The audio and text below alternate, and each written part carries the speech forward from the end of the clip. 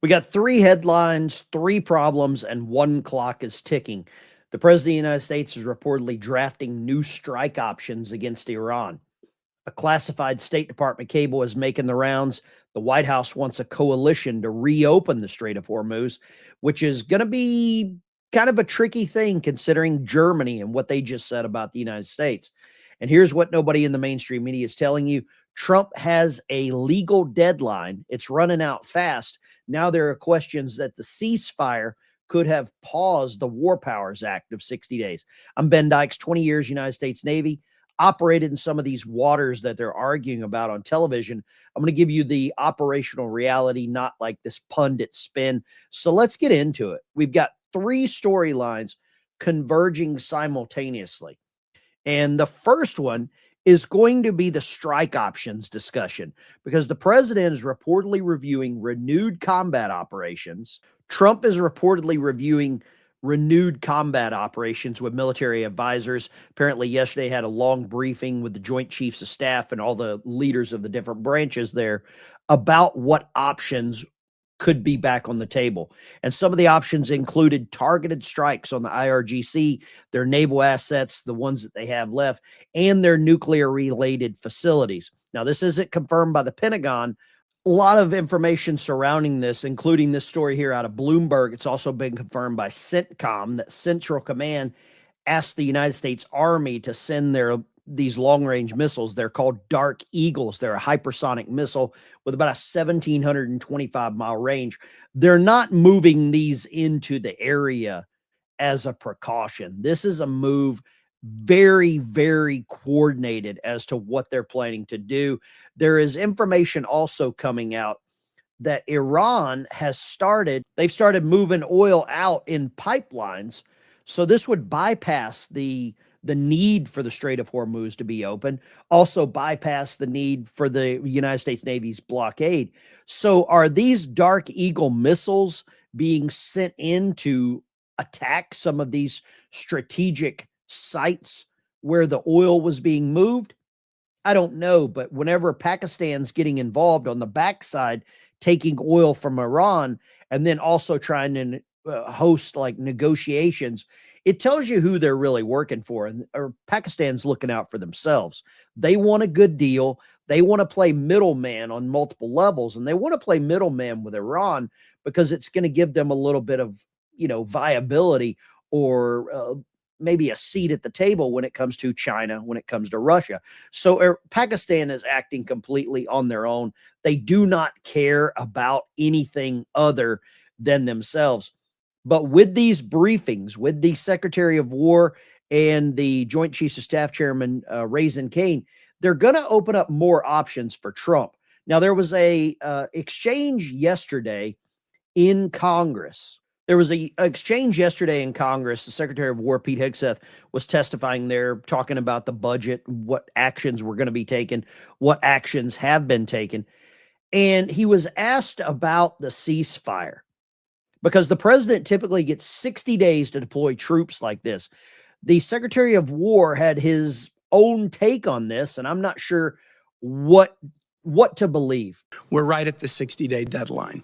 Is the president intending to either seek congressional authorization for the war in Iran or send us the legally required certification that he needs an additional 30 days to remove U.S. forces from the war?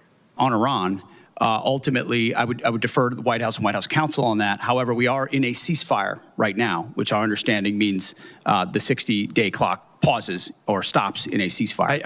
You're not in. Yeah. It's our understanding, just so you know. So you saw there, the Secretary of War lays it out to Tim Kaine, a senator in Virginia, that he believes that the ceasefire pauses the 60-day clock. If that is the case, the people that are, running with their hair, doing that, calling for Trump to have to go to Congress as of today, May 1st, could very well be wrong. The White House counsel says, it pauses. So that's a real question that needs to be addressed. I don't believe that any president going back since Reagan has ever followed this 60-day time frame. And I don't see the president doing that either, not with as many assets and not with as much firepower that he has in the region, not taking briefings, intelligence briefings the day before. I don't see the president really. There are other things in the works right now, if you ask my opinion.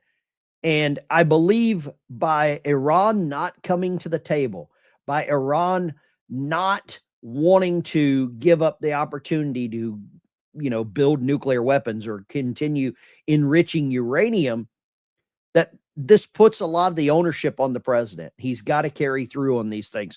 We cannot stop. We cannot let up. Iran has never lost a negotiation.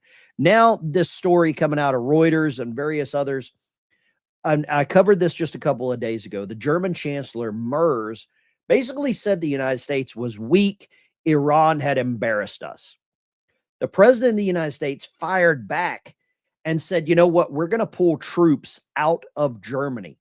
It looks like now the president is looking at pulling troops out of Italy, out of Spain, out of these countries that have typically been our allies up until now. And now I don't know how much credence there is with this, but I would think that this is a real possibility that the U.S. should get some of these other partners that all get oil from Iran to start protecting the Strait of Hormuz. I think this is a win for everyone. It's a win for the United States. It's a win for the United States military that is there in that region, because it takes some of the ownership off of the United States Navy. And you can only go for so long at this red line level. But more importantly, and this is where I think what the president has shown with these NATO allies, is they're only in it for themselves. And they've all been basically working behind our backs against us. And with all of this traffic stalling in the strait, we're now trying to get a coalition. Let's get some buy-in from all of these other countries that are benefiting from cheap oil. Why wouldn't we? They need to have some level of buy-in. And if they don't, and we're on our own, then the United States and those countries just neighboring that area should control everything. And then, you know what? Whenever England, France, Italy, Spain, Germany, when they need oil, they can buy it from us. I mean, that's what I believe right now. And I would love to get your opinion on this. Leave a comment down below. And the other question I've really got is, did this pause, this ceasefire for 23 days, did this pause this 60-day clock? If that is the case, then the president has a lot of other options on the table.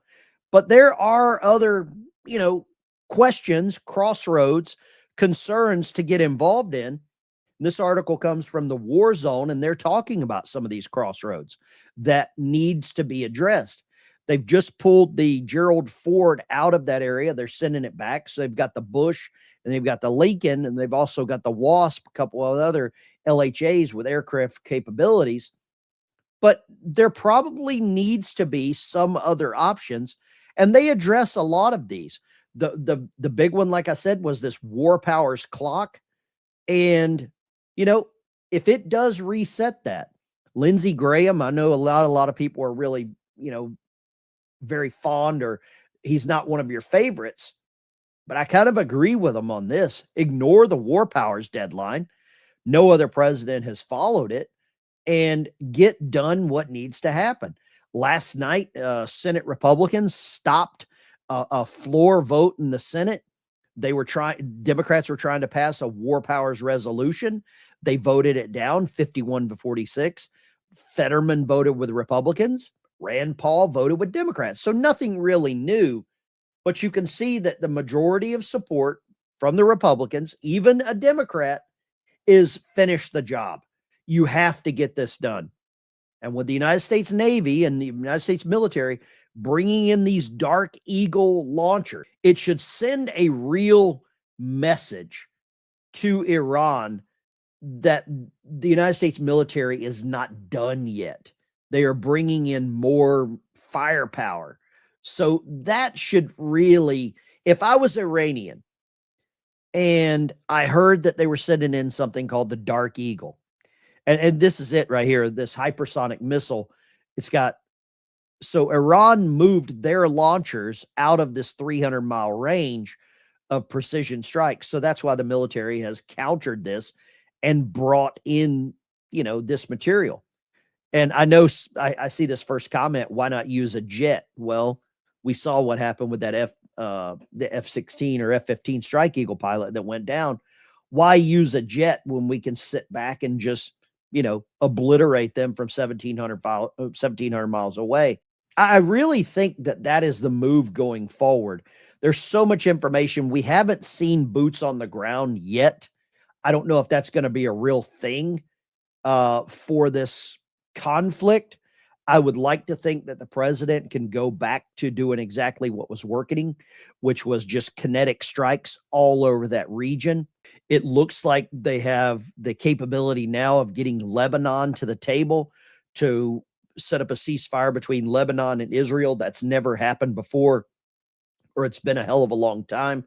So the president has multiple things going on at the same time. And it would be really beneficial for the entire world if some of these other countries got involved and started carrying a little of their own weight. Will that happen? I can't guarantee it. I don't trust any of these other countries, sadly. I don't trust Germany. I don't trust England. I don't trust Italy, Spain. I don't trust any of them, specifically not France. And then with Germany coming out and saying that the United States is weak, imagine what those countries are saying behind closed doors about the United States. Imagine what they're saying amongst themselves behind closed doors about, our president. So can we trust them? I don't know. Actions speak louder than words. And I hope that they take some actual actions and do something about this. That's all I got for you today. I'll see you in the next one.